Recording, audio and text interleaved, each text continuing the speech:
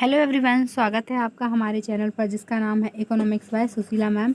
आज हम इस क्लास में एनईपी के अंतर्गत हायर एजुकेशन के कोर्सेज में कुछ परिवर्तन किया गया है, जिसमें आधार पाठ्यक्रम के अंतर्गत बीए सेकेंड ईयर में एफसी थर्ड में उद्यमिता को अनिवार्य सब्जेक्ट के रूप में सम्मिलित किया गया है।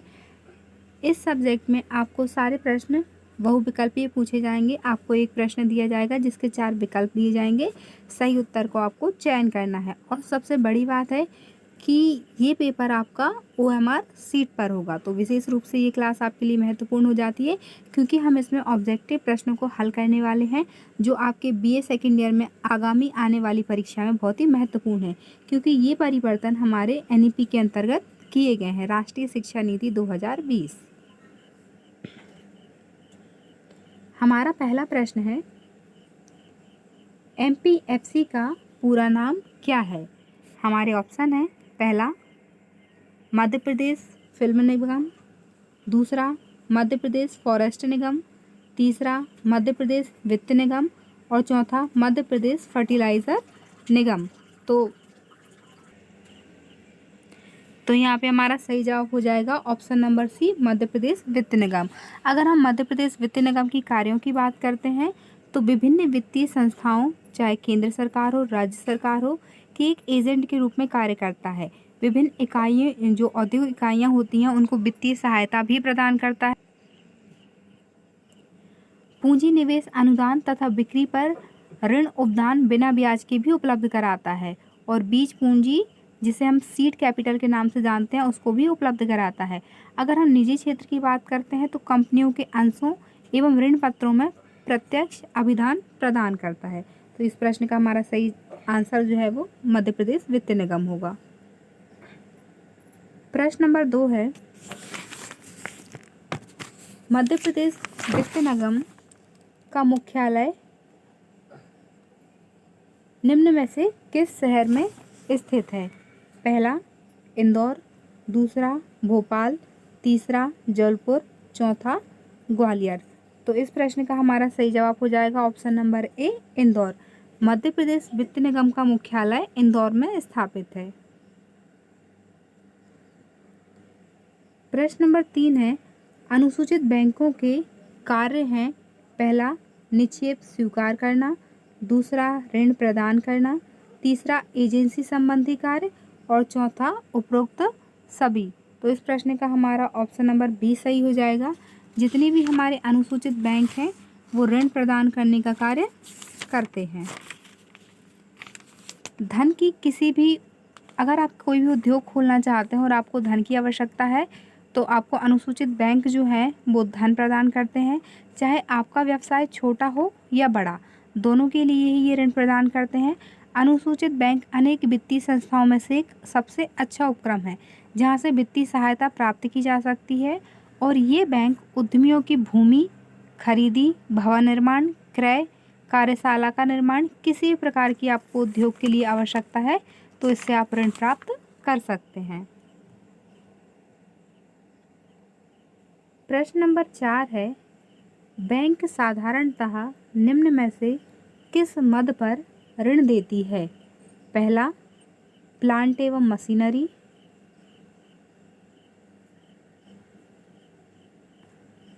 दूसरा भूमि एवं भवन, तीसरा कार्यशील पूंजी। तो यहाँ पे हमारा एक और ऑप्शन है, ऑप्शन नंबर डी, उपरोक्त सभी। तो यहाँ पे हमारा सही जवाब ऑप्शन नंबर डी हो जाएगा, उपरोक्त सभी। बैंक साधारणतः प्लांट एवं मशीनरी के लिए भी लोन देती है, भूमि एवं भवन के लिए भी देती है और कार्यशील पूंजी में आपको किसी प्रकार की निवेश करने के लिए पैसों की आवश्यकता है तो उसकी पूर्ति भी बैंक करती है। प्रश्न नंबर 5 है, मध्य प्रदेश वित्त विभाग की ऋण देने की अधिकतम सीमा है, पहला 10,000, दूसरा 10 लाख, तीसरा 1.5 करोड़ और चौथा 150 करोड़। तो यहाँ पे हमारा ऑप्शन नंबर डी सही हो जाएगा। मध्य प्रदेश निगम जो है वो 150 करोड़ तक का ऋण प्रदान करता है, अधिकतम। तो हमें यहाँ पे याद रखना है कि ये मैक्सिमम के बारे में पूछ रहा है कि मैक्सिमम कितना लोन ये दे सकती है।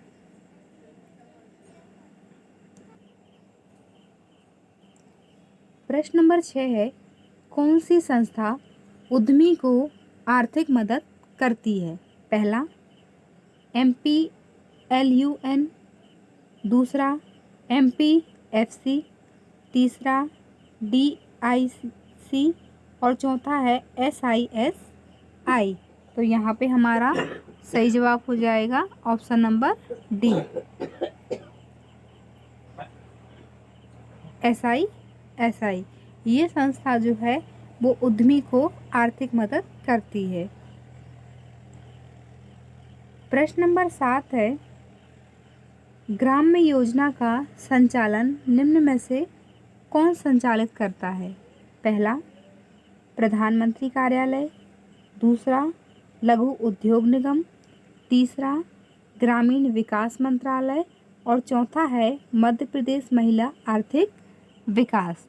तो यहाँ पे हमारा सही जवाब हो जाएगा option number D, Madhya Pradesh महिला आर्थिक विकास ग्राम्य योजना का संचालन करती हैं और ग्रामीण स्तर पर कार्य करती हैं।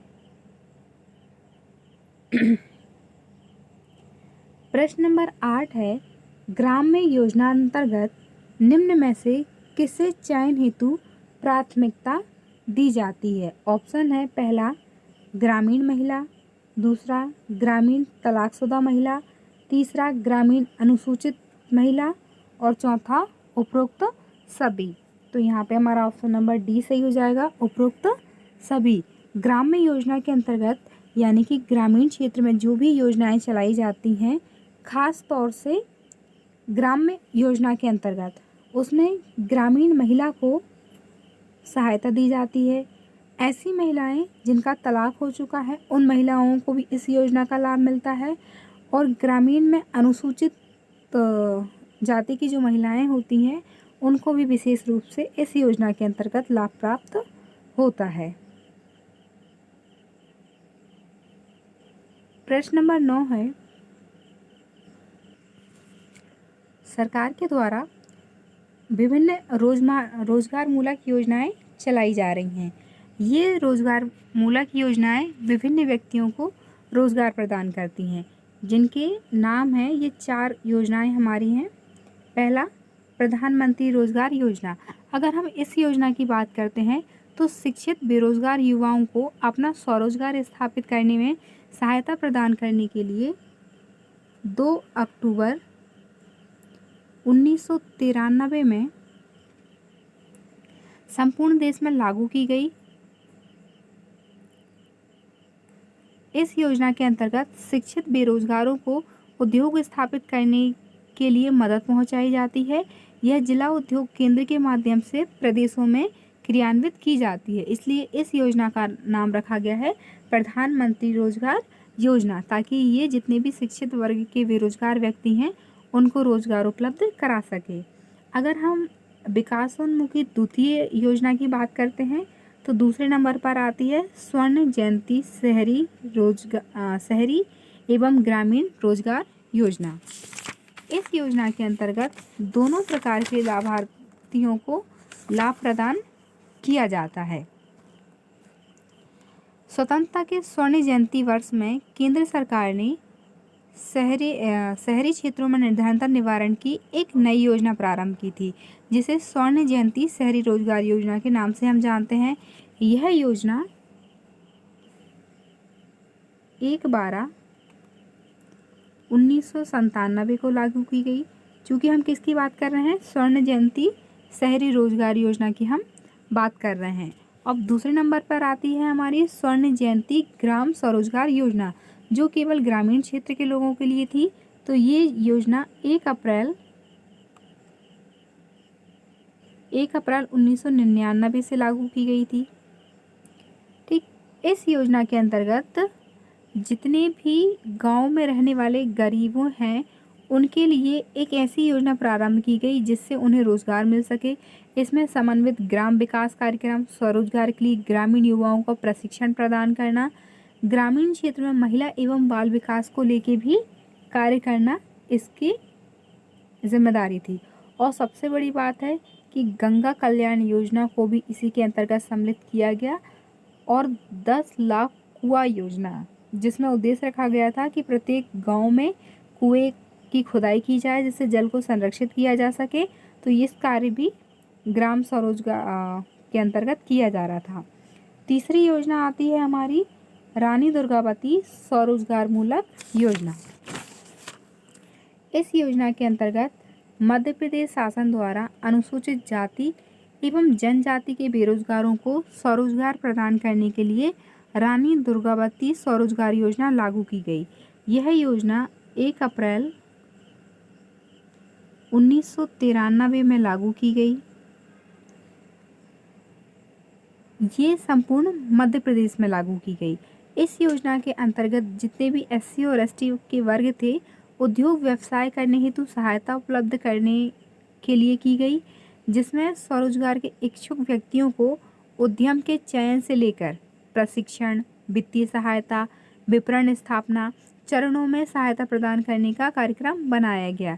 इस योजना में प्रतिवर्ष कम से कम 5,000 अनुसूचित जाति या जनजाति वर्ग के शिक्षित बेरोजगारों को रोजगार के माध्यम से उद्योग के रूप में विकसित करने के कार्य सौंपे गए। अब चौथी और आखिरी आती है हमारी दीनदयाल रोजगार योजना। इस योजना के अंतर्गत भी व्यवसाय से संबंधित प्रशिक्षण दिए गए और उम्मीदवारों की परियोजना 40,000 वार्षिक से अधिक होती है, वे ऋण प्राप्त करने की पात्रता नहीं रखते।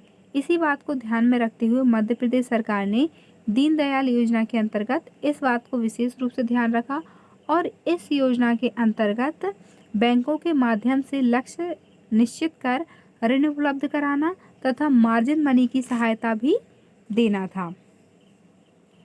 अगर हम इस योजना की बात करें कि इसमें लाभ किन किन को मिल सकता था, तो मध्य प्रदेश का मूल निवासी होना ज़रूरी है। आवेदन दिनांक को जो आवेदनकर्ता की आयु है वो 18 से 40 वर्ष के बीच होना चाहिए और 10वीं कक्षा उत्तीर्ण अथवा ITI, ये दोनों ही चीज़ें उसमें होना चाहिए। और आवेदक की समस्त परिवार की आय 1 वर्ष में 1.5 लाख से अधिक नहीं होना चाहिए, उसी व्यक्ति को इस योजना का लाभ मिल सकता है। तो ये हमारी 4 योजनाएं हो गई। किसके अंतर्गत हैं ये आपका प्रश्न नहीं है, ये हेडिंग ही आपकी मेन है कि विभिन्न स्वरोजगार मूलक योजनाएं, जिसके अंतर्गत हमने इन 4 योजनाओं के बारे में पढ़ा। प्रधानमंत्री रोजगार योजना, दूसरा स्वर्ण जयंती शहरी ग्रामीण रोजगार योजना, तीसरा रानी दुर्गावती स्वरोजगार योजना और चौथा दीनदयाल रोजगार योजना। चलिए आगे बढ़ते हैं हमारे प्रश्न नंबर 9 की ओर। प्रश्न नंबर 9 है हमारा, प्रधानमंत्री रोजगार योजना का संबंध है पहला शिक्षित बेरोजगारों से, दूसरा ग्रामीण बेरोजगारों से, तीसरा बेरोजगार महिलाओं से और चौथा उपरोक्त सभी से। तो इस प्रश्न का हमारा सही जवाब हो जाएगा ऑप्शन नंबर A।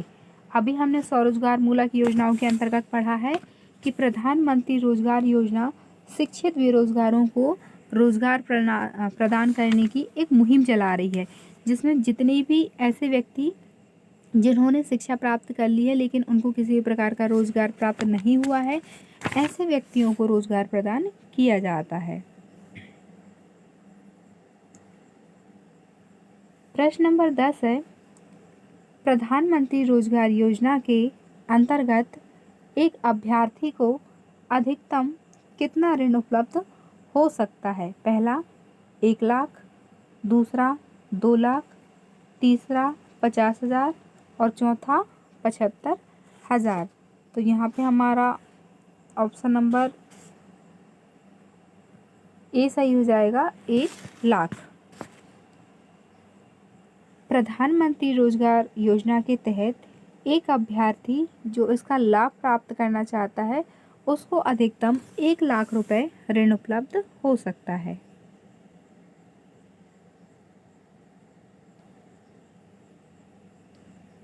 प्रश्न नंबर 11 है, प्रधानमंत्री रोजगार योजना में ऋण प्राप्त करने हेतु न्यूनतम शैक्षणिक योग्यता क्या है? पहला स्नातक, दूसरा 12वीं, तीसरा 5वीं और चौथा 10वीं। तो इस प्रश्न का हमारा सही जवाब हो जाएगा ऑप्शन नंबर सी, 5वीं।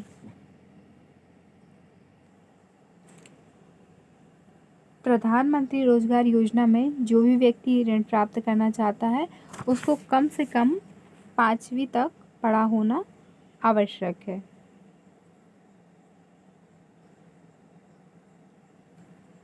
प्रश्न नंबर 12 है, स्वर्ण जयंती रोजगार योजना प्रारंभ की गई थी? पहला 1 दिसंबर 1997,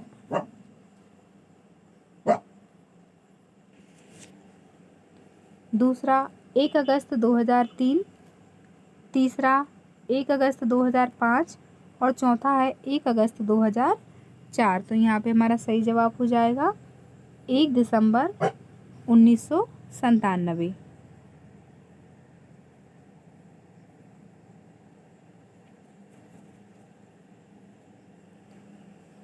प्रश्न नंबर 13 है, रानी दुर्गावती योजना समाज के किस वर्ग के उत्थान हेतु बनाई गई थी?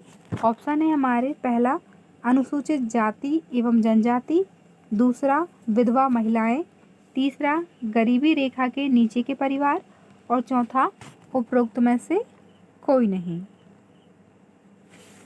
तो इस प्रश्न का हमारा सही जवाब हो जाएगा ऑप्शन नंबर ए, अनुसूचित जाति एवं जनजाति के लोगों के लिए रानी दुर्गावती योजना आरंभ की गई थी और इसमें एक विशेष बात थी कि ये केवल और केवल मध्य प्रदेश के निवासियों के लिए थी।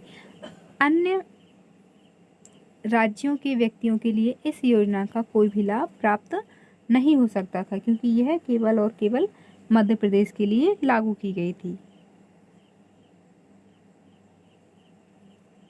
प्रश्न नंबर 14 है, दीनदयाल स्वरोजगार योजना में हितग्राही की उम्र क्या होनी चाहिए? पहला 18 से 45, दूसरा 18 से 35,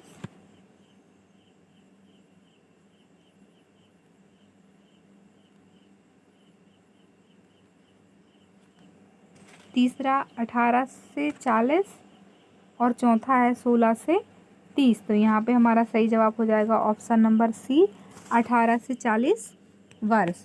दीनदयाल स्वरोजगार योजना में जो भी हितग्राही इस योजना का लाभ उठाना चाहता है उसकी उम्र 18 से 40 वर्ष के बीच में होना चाहिए।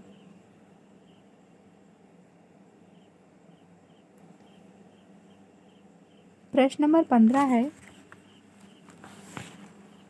ब्याज अनुदान किन क्षेत्रों में स्थापित उपक्रम को किया जाता है? पहला पिछड़े क्षेत्र, दूसरा ग्रामीण क्षेत्र, तीसरा शहरी क्षेत्र और चौथा है राज्य की राजधानी। तो सबसे पहले हम ये जानते हैं कि अनुदान क्या होते हैं।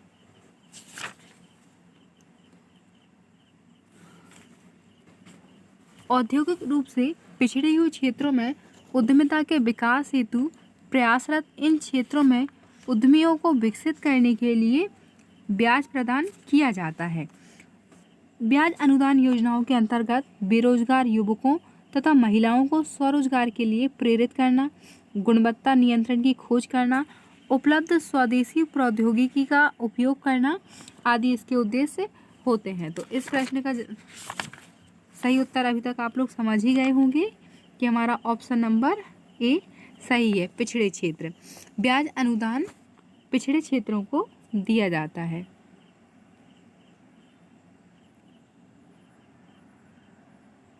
प्रश्न नंबर 16 है, ब्याज अनुदान की पात्रता निम्न में से कौन से उद्योग की है? पहला बृहद उद्योग, दूसरा लघु उद्योग, तीसरा सरकारी उपक्रम और चौथा सार्वजनिक कंपनी। तो इस प्रश्न का हमारा सही जवाब हो जाएगा ऑप्शन नंबर बी।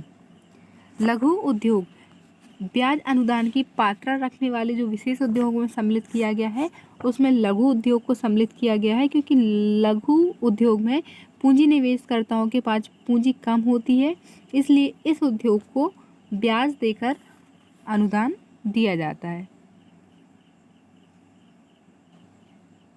प्रश्न नंबर 17 है, प्रेरणाएं होती हैं। हमारे ऑप्शन है, पहला मानसिक, दूसरा शारीरिक, तीसरा आर्थिक और चौथा सामाजिक।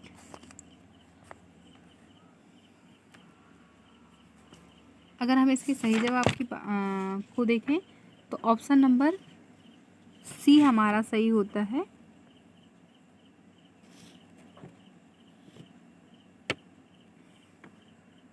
ऑप्शन नंबर डी हमारा सही है यहाँ पे, सामाजिक। प्रेरणाएं कैसी होती है? सामाजिक। अब प्रेरणाएं होती क्या हैं? वर्तमान में चाहे महिला उद्यमी हो चाहे कोई भी अन्य उद्यमी हो, को सरकार विशेष रूप से प्रयत्नशील होती है कि इन उद्यमियों का वर्चस्व आगे बढ़ाया जाए, क्योंकि यह लोग क्या कर रहे हैं, एक नवीन व्यवसाय, एक नवीन उपक्रम को स्थापित करने का प्रयास कर रहे हैं ताकि इनके साथ साथ दूसरे लोगों का भी विकास हो सके। तो ये सामाजिक उत्थान कर रहे हैं, इसलिए ये प्रेरणाएं कैसी होती हैं? सामाजिक।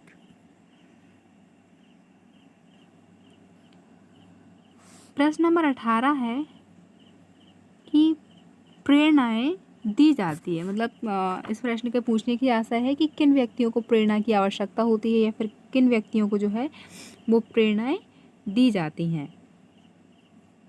तो हमारे ऑप्शन है, पहला सिर्फ उद्यमियों को, दूसरा सिर्फ श्रमिकों को, तीसरा सिर्फ प्रबंधक को और चौथा उपरोक्त सभी को। तो यहाँ पे ऑप्शन नंबर डी हमारा सही हो जाएगा, उपरोक्त सभी को, क्योंकि मोटिवेशनल एक ऐसी विचारधारा है या ऐसा प्रेरणा का स्रोत है कि इस प्रेरणा की किसी एक क्षेत्र में ज़रूरत नहीं है, हर एक क्षेत्र में ज़रूरत है, चाहे फिर वो उद्यमी हो, श्रमिक हो, प्रबंधक हो।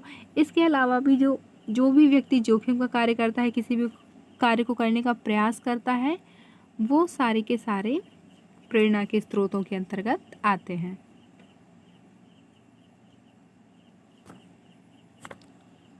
प्रश्न नंबर 19 है, महिला उद्यमियों के लिए प्रेरणा है, पहला शिक्षा सहायता, दूसरा वित्त सहायता, तीसरा तकनीकी सहायता और चौथा उपरोक्त सभी। तो इस प्रश्न का जवाब भी हमारा उपरोक्त सभी हो जाएगा। महिला उद्यमियों को अगर हम पर्टिकुलर महिला की बात करें तो वो शिक्षा के क्षेत्र में भी काफ़ी पिछड़ी हुई होती है। बहुत ही कम ऐसे क्षेत्र हैं जहाँ पे महिलाओं को शिक्षा प्राप्त करने का पूरा अधिकार है। वित्त सहायता, जब वो शिक्षित ही नहीं होती हैं, किसी कार्य को नहीं करती हैं बाहर जाके, तो उनके पास पैसे की कमी भी पाई जाती है और टेक्निकल कमी भी उनको पाई जाती है। तो महिला उद्यमियों को आर्थिक शिक्षा सहायता भी दी जाती है, वित्त की सहायता भी दी जाती है और तकनीकी सहायता भी दी जाती है। प्रश्न नंबर 20 है, अल्पकालीन वित्तीय स्रोत नहीं है। हमारे ऑप्शन है, पहला जन निक्षेप, दूसरा व्यापारिक साख, तीसरा अंश पूंजी और चौथा इनमें से कोई नहीं। तो ऑप्शन नंबर सी हमारा सही हो जाएगा। अल्पकालीन वित्त क्या कहलाते हैं? ऐसा वित्त जो एक कम समय के लिए दिया जाता है, मतलब हमें तुरंत की ज़रूरत को पूरा किया जाता है, वो हमारे वित्त का स्रोत होता है। तो जन निक्षेप जो है वो हमारा अल्पकालीन वित्त होता है, व्यापारिक साख हमारी अल्पकालीन वित्त होती है, लेकिन अंश पूंजी जो है वो अल्पकालीन वित्तीय स्रोत नहीं होता है। चूँकि हमसे यहाँ पूछा गया है कि कौन सा नहीं है, तो मैं हर बार जब भी आपको पढ़ाती हूँ तो इस बात पर विशेष फोकस होता है मेरा कि आप लोग इस बात पर विशेष ध्यान दें कि आपसे प्रश्न में क्या पूछा गया है, कि संबंधित वस्तु है या नहीं है।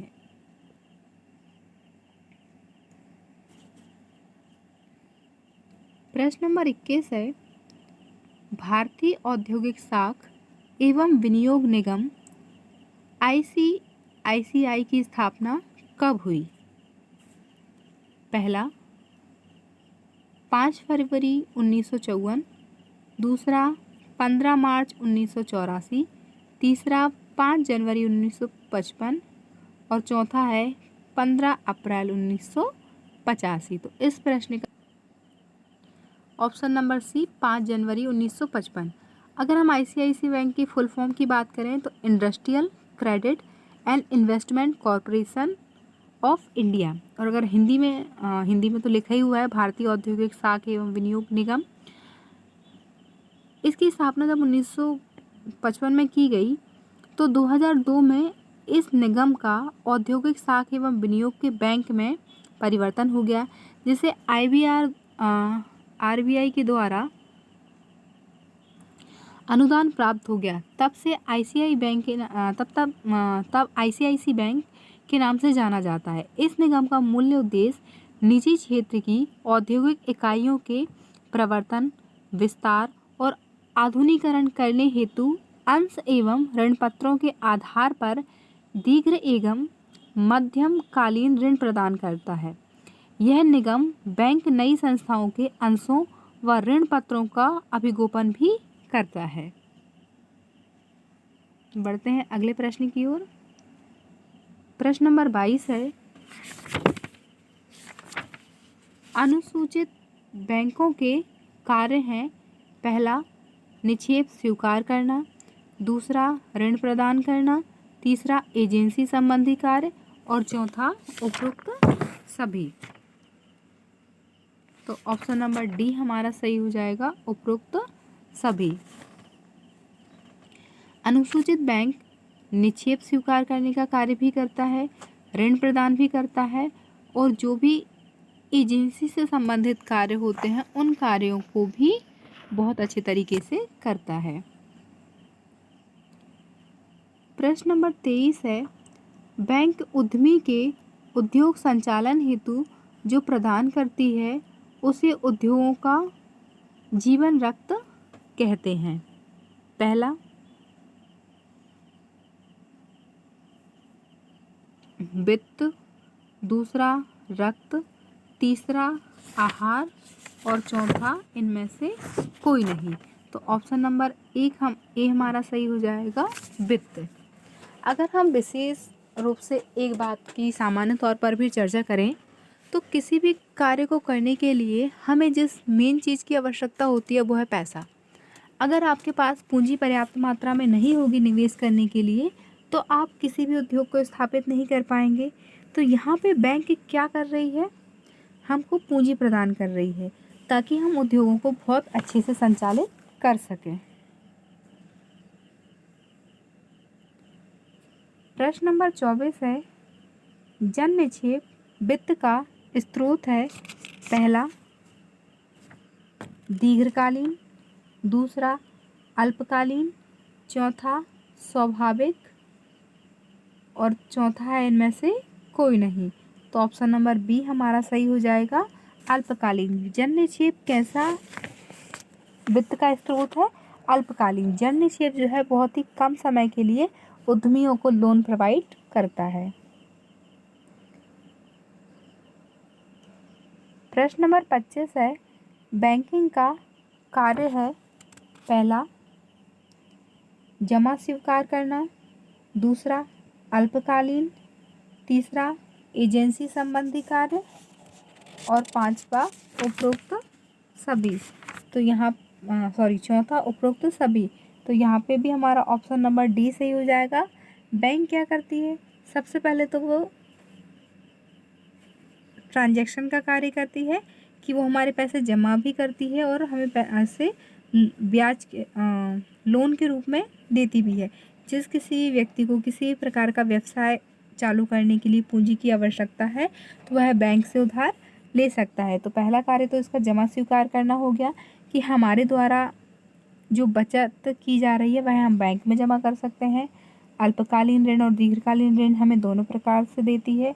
एजेंसी संबंधी कार्य भी करती है और आपको ब्याज देने का कार्य भी करती है। मतलब इन कार्यों के अलावा भी बैंक ऐसे बहुत से कार्य हैं जो करती है, जो सामाजिक कल्याण के लिए ज़रूरी हैं।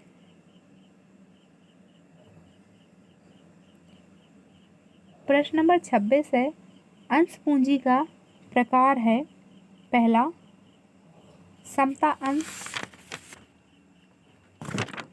दूसरा पूर्वाधिकार अंश, तीसरा परिवर्तनशील पूर्वाधिकार अंश और चौथा उपरोक्त सभी। तो यहाँ पे भी हमारा सही जवाब हो जाएगा उपरोक्त सभी।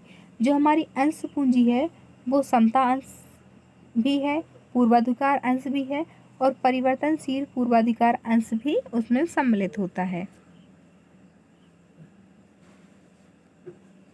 प्रश्न नंबर 27 है, स्थायी पूंजी का प्रकार है पहला ऋण पत्र, दूसरा बैंक अधिविकर्ष, तीसरा जनता से जमा और चौथा है उपरोक्त में से कोई नहीं। तो ऑप्शन नंबर ए हमारा सही हो जाएगा ऋण पत्र। स्थायी पूंजी ऋण पत्र के रूप में उपलब्ध होती है या ऋण पत्र भी स्थायी पूंजी का एक प्रकार है। आप दोनों तरीके से ही इसको प्रेजेंट कर सकते हैं। प्रश्न नंबर 28 है, लाभों का पुनर्विनियोग है पहला दीर्घकालीन वित्त, दूसरा कार्यशील पूंजी, तीसरा अंश पूंजी, चौथा किसी प्रकार का वित्त नहीं।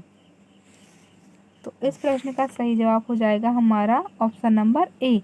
लाभों का पुनर्विनियोग जो है वो दीर्घकालीन वित्त के रूप में कार्य करता है। जब कोई भी उद्योग या कोई भी औद्योगिक संस्था एक लंबे समय के लिए ऋण प्राप्त करती है तो निश्चित रूप से वह लाभ प्राप्त करती है, क्योंकि उसे अल्प समय में हानि हो सकती है लेकिन दीर्घकाल में व्यवसायी वर्ग को हमेशा लाभ प्राप्त होता है।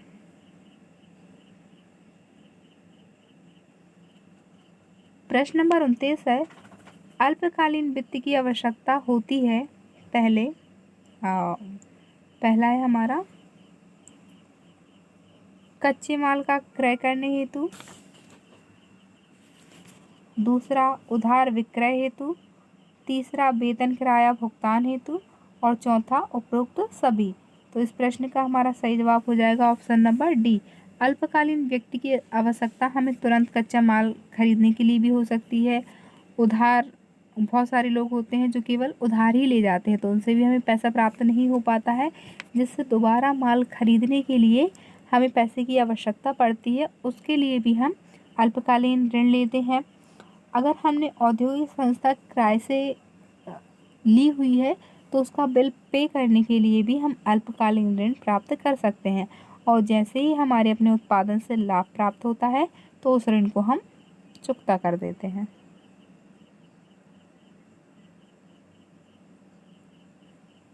प्रश्न नंबर 30 है, दीर्घकालीन वित्त की मदद नहीं है पहला भूमि एवं भवन, दूसरा मशीनरी, तीसरा स्टोर्स, चौथा फर्नीचर। तो ऑप्शन नंबर सी हमारा सही हो जाएगा।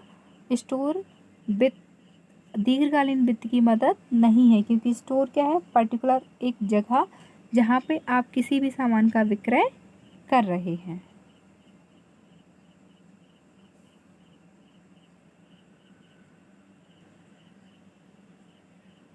प्रश्न नंबर 31 है, मूल्य नीति निर्धारित होती है पहला निम्न प्रबंध द्वारा, दूसरा मध्य प्रबंध द्वारा, तीसरा उच्च प्रबंध द्वारा और चौथा विक्रेताओं द्वारा। तो इस प्रश्न का हमारा सही जवाब हो जाएगा ऑप्शन नंबर सी, उच्च प्रबंध के द्वारा। अगर हम बात करें कि मूल्य निर्धारण होता क्या है या मूल्य नीति क्या होती है, तो एक उद्यमी के लिए किसी वस्तु या सेवा का उत्पादन करना उतना महत्वपूर्ण नहीं है जितना कि उसके लिए ऐसा मूल्य निर्धारित करना है जिससे उसका माल ज़्यादा से ज़्यादा बिक सके एवं वांछित लाभ भी प्राप्त हो सके। अगर इसे हम और सरल शब्दों में समझें तो किसी वस्तु या सेवा के बदले में जो हमें पैसा मिलता है उसके लिए हम एक निश्चित मूल्य की वस्तु का मूल्य निर्धारित करते हैं। और मूल्य निर्धारण में सबसे महत्वपूर्ण बात होती है कि आप अपना लाभ भी ऐड करते हैं। तो वस्तु का मूल्य ऐसा निर्धारित करें कि जो उपभोक्ता आसानी से खरीद भी सके और आपको भी लाभ प्राप्त हो जाए। प्रश्न नंबर 32 है, एकाधिकार मूल्य नीति होती है पहला उपभोक्ता के पक्ष में, दूसरा सरकार के पक्ष में, तीसरा उत्पादक और निर्माता के पक्ष में और चौथा सभी के पक्ष में। तो यहाँ पे हमारा ऑप्शन नंबर सी सही हो जाएगा। एकाधिकार मूल्य नीति उत्पादक यानी कि निर्माता के पक्ष में होती है, क्योंकि एकाधिकार क्या कहलाता है? एक ऐसा व्यवसाय जिस पर केवल एक व्यक्ति का अधिकार होता है, न ही उस बाजार में कोई अन्य फर्म या व्यक्ति प्रवेश कर सकता है और न ही मूल्यों में परिवर्तन कर सकता है। एक उत्पादनकर्ता या एकाधिकारी के द्वारा वस्तु का जो भी मूल्य निर्धारित किया जाता है उसी मूल्य पर वस्तु क्रय की जाती है। प्रश्न नंबर 33 है, निम्नलिखित में से मूल्य निर्धारण का लक्ष्य है पहला अधिकतम लाभ, दूसरा प्रतियोगिता का सामना, तीसरा बाजार भागों को अधिकतम तथा स्थायी करना और चौथा उपरोक्त सभी। तो ऑप्शन नंबर डी सही है, उपरोक्त सभी। मूल्य निर्धारण की अगर हम प्रमुख लक्ष्य की बात करते हैं तो उसमें सम्मिलित होता है अधिकतम लाभ।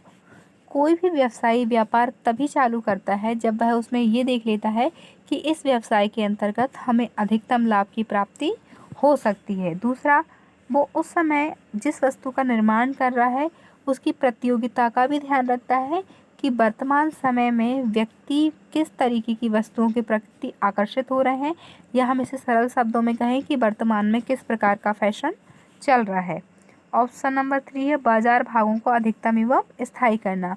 आप किसी ऐसी वस्तु का निर्माण कर रहे हैं जो मौसमी ना हो तो आपका बाजार स्थायी भी रहेगा और एक लंबे समय तक आराम से चलेगा।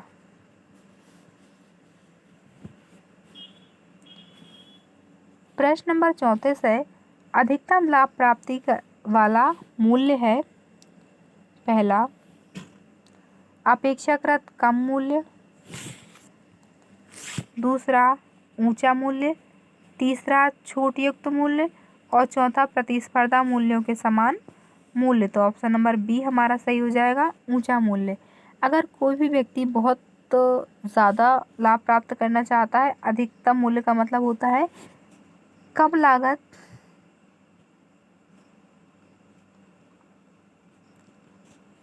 अधिक मूल्य।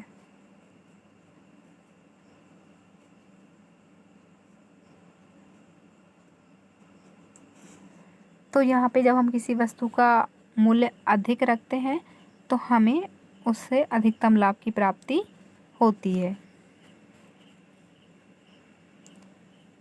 प्रश्न नंबर 35 है, निम्नलिखित तत्व मूल्य निर्धारण को प्रभावित करता है पहला वस्तु की लागत, दूसरा वस्तु की मांग, तीसरा प्रतियोगी मूल्य और चौथा उपरोक्त सभी। तो ऑप्शन नंबर डी सही हो जाएगा, उपरोक्त सभी। मूल्य निर्धारण को कौन कौन सी चीज़ें प्रभावित करती हैं? सबसे पहले करती है वस्तु की लागत। लागत कैसे? आपको कच्चा माल खरीदने में, मशीनरी उपयोग करने में, श्रमिकों को वेतन देने में या किसी भी वस्तु के निर्माण में आप जितना पैसा लगा रहे हैं वो आपकी लागत हो जाती है। तो जाहिर सी बात है कि आप उस लागत को प्लस उसमें अपना लाभ जोड़ के किसी वस्तु का मूल्य निर्धारित करते हैं। तो इसमें बहुत अगर आप वस्तु को बनाने में बहुत ज़्यादा लागत लगा रहे हैं तो आप वस्तु का मूल्य और ज़्यादा रखेंगे, क्योंकि आप उसमें बाद में उसमें अपना लाभ भी जोड़ते हैं। दूसरा प्रभावित होता है कि वर्तमान समय में व्यक्तियों के द्वारा किस प्रकार की वस्तुओं को पसंद किया जा रहा है, यानी कि हमें ये देखना होता है कि वस्तुओं की मांग क्या है या किन वस्तुओं की अधिकतम मांग की जा रही है। तीसरा, आप जिस वस्तु का निर्माण कर रहे हैं उसके समकालीन अगर किसी वस्तु का निर्माण हो रहा है तो उस वस्तु का मूल्य क्या है, क्योंकि ये भी आपके मूल्य निर्धारण को इफेक्ट करता है। इसलिए हमारा ऑप्शन नंबर डी सही है, उपरोक्त सभी।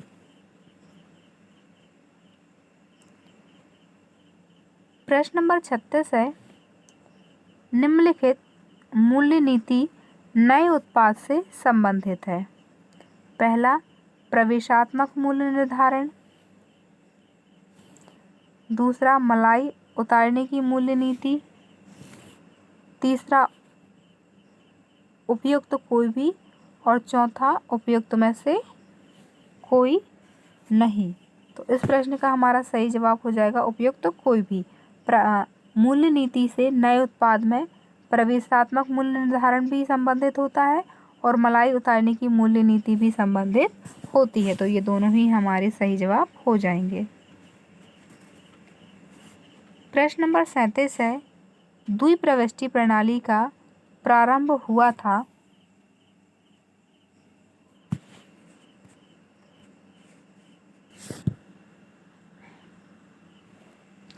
पहला, अमेरिका में। दूसरा, जापान में। तीसरा, भारत में। और चौथा, इटली में। तो इस प्रश्न का हमारा सही जवाब हो जाएगा ऑप्शन नंबर डी, इटली में। द्विप्रविष्टि प्रणाली का आरंभ इटली में हुआ था सन 1494 में। हम बात करते हैं कि ये होता क्या है। इस प्रणाली की अगर हम प्रमुख आधार की बात करें तो प्रत्येक सौदे के दो रूप होते हैं। पहला, लेखा कर्म की, जिस प्रणाली में प्रत्येक सौदे के इन दोनों रूपों में होता है।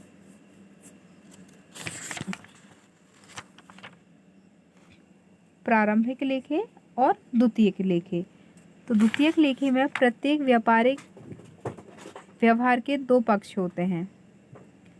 इसमें लेखांकन संबंधी सिद्धांतों को भी सम्मिलित किया जाता है। अब अगर हम इसमें देखें तो इसमें व्यक्तिगत खाते की बात की जाती है और वास्तविक खाते की भी बात की जाती है।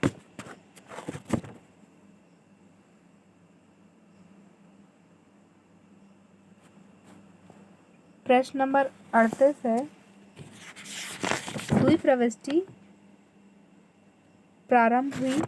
पहला 1949, दूसरा 1494, तीसरा 1499 और चौथा 1944। तो हमारा सही जवाब हो जाएगा ऑप्शन नंबर बी, 1494। इस प्रश्न का आंसर अभी हमने पिछले प्रश्न में भी पढ़ा हुआ था, तो आपको देने में काफ़ी इजी हो गया होगा। प्रश्न नंबर 39 है, द्विप्रविष्टि प्रणाली के जन्मदाता थे। पहला, लुकास पेसियोनी। दूसरा, मार्शल। तीसरा, पिकल्स। और चौथा, बाटली बॉय। तो इस प्रश्न का हमारा सही जवाब हो जाएगा ऑप्शन नंबर ए, लुकास पेसियोनी द्विप्रविष्टि लेखा प्रणाली के जन्मदाता थे। प्रश्न नंबर 40 है, खातों के परीक्षण हेतु हम बनाते हैं। पहला, दैनिक पूंजी। दूसरा, खाता बही। तीसरा, नकल विशेष। और चौथा, तलपट। तो यहाँ पे हमारा सही जवाब हो जाएगा ऑप्शन नंबर डी, तलपट। खातों के परीक्षण हेतु हम तलपट का उपयोग करते हैं।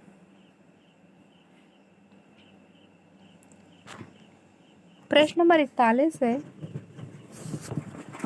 व्यापार खाता, लाभ हानि खाता, चिट्ठा बनाया जाता है। पहला, अंतिम खाते में। दूसरा, वर्गीकरण में। तीसरा, विश्लेषण में। चौथा, खाता बही में। तो इस प्रश्न का हमारा सही जवाब हो जाएगा ऑप्शन नंबर ए, अंतिम खाते में। व्यापार खाता, लाभ हानि खाता, चिट्ठा, ये सभी अंतिम खाते में जोड़े जाते हैं या फिर बनाए जाते हैं। प्रश्न नंबर 42 है, कर्मचारी अभिप्रेरणा की समस्या है। पहला, नियोजन की समस्या। दूसरा, सेवी वर्गीय प्रबंध की समस्या। तीसरा, नियंत्रण की समस्या। और चौथा, वित्तीय प्रबंध की समस्या। तो ऑप्शन नंबर बी हमारा सही हो जाएगा, सेवी वर्गीय प्रबंध की समस्या। कर्मचारी अभिप्रेरणा की सबसे बड़ी समस्या है कि सेवी वर्गीय प्रबंध को कैसे मैनेज किया जाए।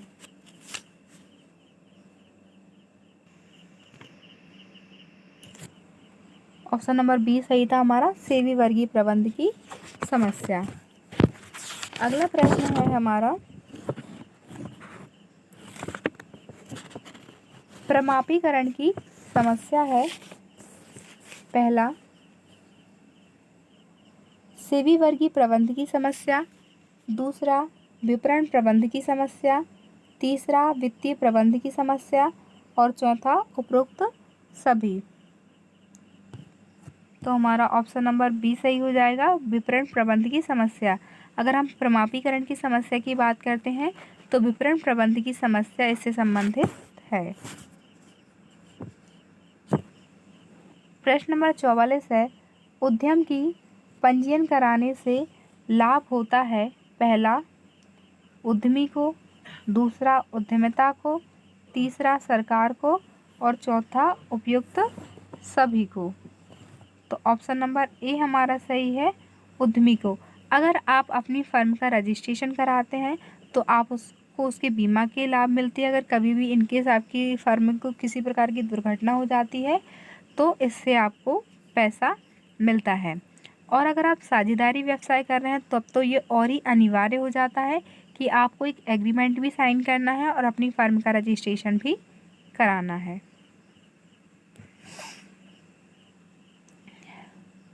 प्रश्न नंबर 45 है, उद्यमियों की समस्याओं में शामिल नहीं है। पहला, कच्चे माल की समस्या। दूसरा, काले धन की समस्या। तीसरा, वित्त की समस्या। और चौथा, पंजीयन की समस्या। तो इस प्रश्न का हमारा सही जवाब हो जाएगा ऑप्शन नंबर बी, काले धन की समस्या। उद्यमियों को किसी प्रकार की काले धन की समस्या नहीं होती है। प्रश्न नंबर 46 है, उद्यमिता विकास की बाह्य समस्या है। पहला, कौशल का अपर्याप्त प्रशिक्षण। दूसरा, कमजोर प्रबंध। तीसरा, श्रम समस्याएं। और चौथा, इनमें से कोई नहीं। तो हमारा सही जवाब हो जाएगा ऑप्शन नंबर ए, कौशल का अपर्याप्त प्रशिक्षण। उद्यमिता विकास में जब हम किसी प्रकार के उद्योग को स्थापित करते हैं तो सबसे बड़ी बात होती है कि वहाँ पर काम करने वालों के श्रमिकों को प्रशिक्षण दिया जाए। अगर उन श्रमिकों को प्रशिक्षण नहीं दिया जाता है तो ये हमारे लिए सबसे बड़ी बाह्य समस्या उत्पन्न हो जाती है, क्योंकि अगर उनको प्रशिक्षण नहीं मिलेगा तो वो सही से कार्य नहीं कर पाएंगे। प्रश्न नंबर 47 है, विभागीय समन्वय की समस्या है। पहला, बाह्य समस्या। दूसरा, आंतरिक समस्या। तीसरा, पर्यावरणीय समस्या। और चौथा, उपयुक्त कोई नहीं। तो ऑप्शन नंबर ए हमारा सही हो जाएगा, जो विभागीय समन्वय की समस्या है वो हमारी बाह्य समस्या होती है।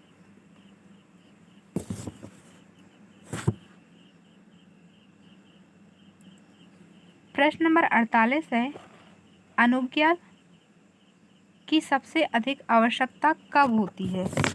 पहला, ऋण प्राप्त करते समय। दूसरा, आयात करते समय। तीसरा, श्रम समस्याओं के निराकरण के समय। और चौथा है कर दायित्व का भुगतान करते समय।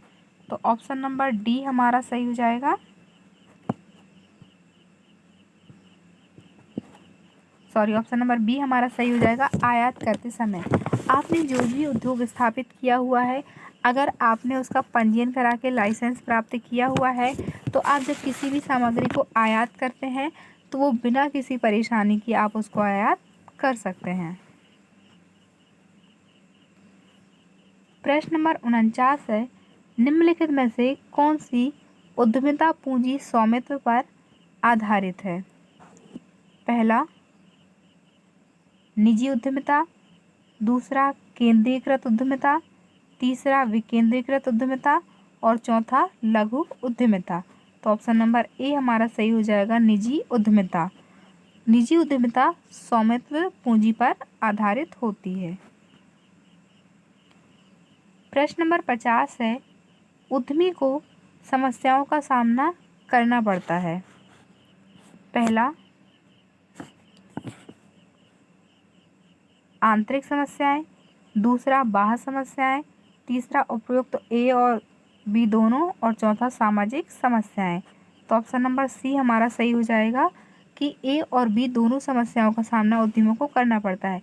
उसको आंतरिक स्तर पर भी बहुत सारी समस्याओं का सामना करना पड़ता है और बाह्य स्तर पर भी समस्याओं का सामना करना पड़ता है। तभी कहा जाता है कि उद्यमी वह व्यक्ति होता है जो जोखिम वहन करने की क्षमता रखता है, क्योंकि वो यहाँ पे पूंजी का निवेश कर रहा है और उसको ये नहीं पता होता है कि आगे जाके उसको लाभ होगा या हानि। तो इतना बड़ा वो क्या लेता है, जोखिम लेता है।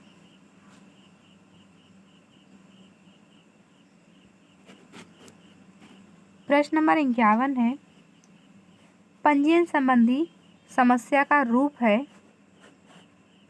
पहला विलंब, दूसरा भ्रष्टाचार, तीसरा अत्यधिक कागजी कार्रवाई और चौथा उपरोक्त सभी। तो ऑप्शन नंबर डी हमारा सही है, उपरोक्त सभी। जब हम किसी भी चीज़ का पंजीयन कराते हैं तो विलंबी भी होता है, भ्रष्टाचार भी प्रभाव डालता है और आंतरिक कागजी कार्रवाई की वजह से भी हमारे पंजीयन में रुकावट आती है। प्रश्न नंबर 52 है, पंजीकरण के अभाव में समस्या है। पहला महंगे कच्चे माल का क्रय, दूसरा रियायती कीमत पर भूखंड नहीं मिलता, तीसरा सरकारी अनुदान नहीं मिलता और चौथा है उपरोक्त सभी। तो ऑप्शन नंबर डी हमारा सही हो जाएगा, उपरोक्त सभी। जब हम पंजीयन कराते हैं तो महंगे कच्चे माल भी प्रभाव डालते हैं, रियायती कीमत भूखंड भी नहीं मिलता है और सरकारी अनुदान भी नहीं मिलता है। तो ये सारी की सारी हमारी लाइसेंस प्राप्त या रजिस्ट्रेशन कराने में समस्याएं होती हैं। अब हम पर्टिकुलर कुछ उद्योगों की बात करते हैं जो सबसे ज़्यादा प्रचलित हैं। पहला है खादी एवं ग्रामोद्योग, जिसे हम शॉर्ट में KUIC के नाम से जानते हैं। इसका फुल फॉर्म होता है khadi and village industries commission. इसकी शुरुआत 1956 में हुई थी। इस आयोग के क्षेत्राधिकार में अब तक कुल 96 उद्योग कार्यरत हैं। आयोग का मुख्यालय मुंबई में स्थित है।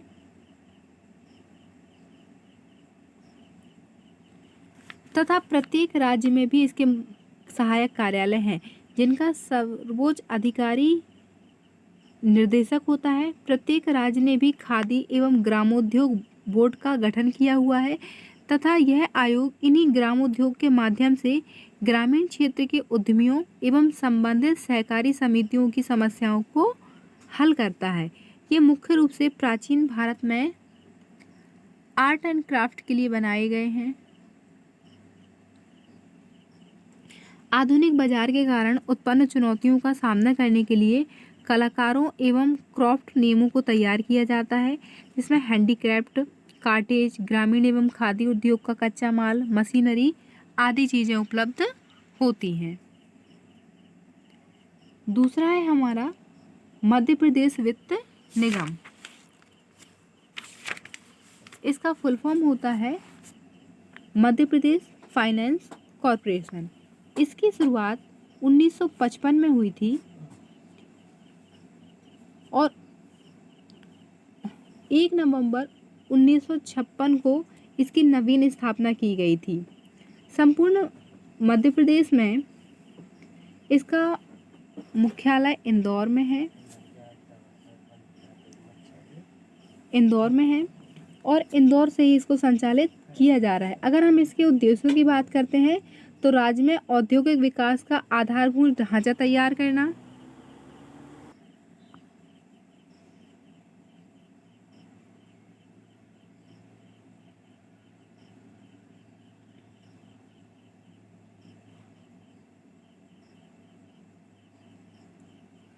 राज्य में नवीन तकनीकों पर आधारित उद्योगों को बढ़ावा देना, मशीन एवं आधुनिक प्लांट्स के आपूर्तिकर्ताओं को मूल्य भुगतान की गारंटी भी देता है, और राज्य के छोटे व जितने भी लघु उद्योग हैं उनकी सहायता भी करता है। अगला आता है हमारा अनुसूचित बैंक। हम जानते हैं कि अनुसूचित बैंक क्या होते हैं। अनुसूचित बैंक धन की से संबंधित किसी प्रकार के अगर लोन की बात की जाती है उनसे संबंधित होते हैं। ये बैंक उद्यमियों को भूमि की खरीदी, भवन निर्माण का क्रय, कार्यशाला का निर्माण, संयंत्र आधुनिकीकरण इत्यादि के लिए भी होते हैं। इसमें 5 लाख तक का लोन किसी भी व्यक्ति को प्रोवाइड किया जाता है। यदि वह विदेशी बैंक है तो उस बैंक के देश में भारतीय बैंकों के विरुद्ध कोई अनुसूचित नियम अथवा प्रतिबंध लागू नहीं होता है। बैंक भारतीय कंपनी अधिनियम या अन्य ऐसे किसी भी अधिनियम के अंतर्गत ही रजिस्टर्ड होता है।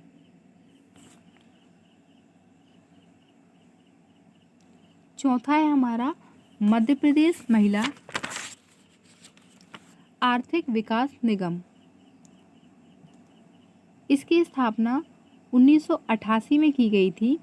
मध्य प्रदेश सरकार ने अपने विभिन्न कार्यक्रमों एवं योजनाओं के माध्यम से महिलाओं की समाज में स्थिति सुधारने एवं उनमें उद्यमिता के विकास की ओर ध्यान देने हेतु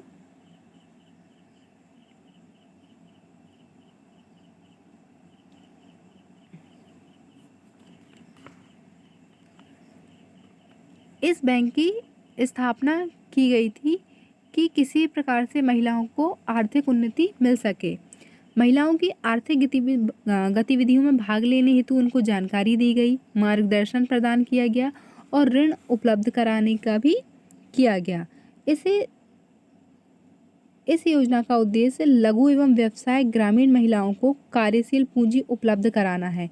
स्व सहायता समूह की महिला सदस्य या व्यक्तिगत महिलाएं जो दैनिक या साप्ताहिक बाजारों में व्यवसाय करती हैं उनको भी मदद करता है।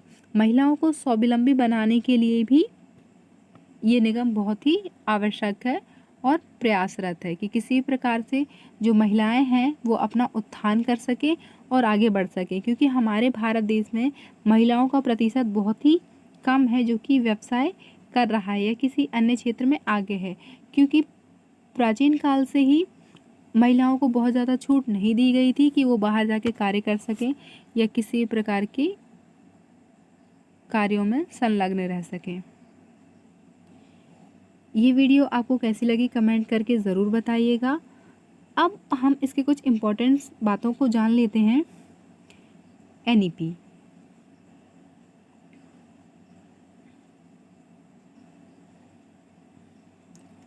एनईपी के अंतर्गत उद्यमिता सब्जेक्ट को जोड़ा गया है और वो भी ऑब्जेक्टिव रूप में। पहले ये सारे प्रश्न थ्योरिकल होते थे कि आपको एक क्वेश्चन दिया जाता था निबंधात्मक जिसमें आपको एक लंबी चौड़ी थ्योरी लिखनी होती थी, उसके बाद ही आप पास हो सकते थे। लेकिन वर्तमान में जो नई शिक्षा नीति चालू हुई है इसमें जो आपके अनिवार्य सब्जेक्ट हैं जिसमें भाषा एवं संस्कृति, इंग्लिश, उद्यमिता और योगा,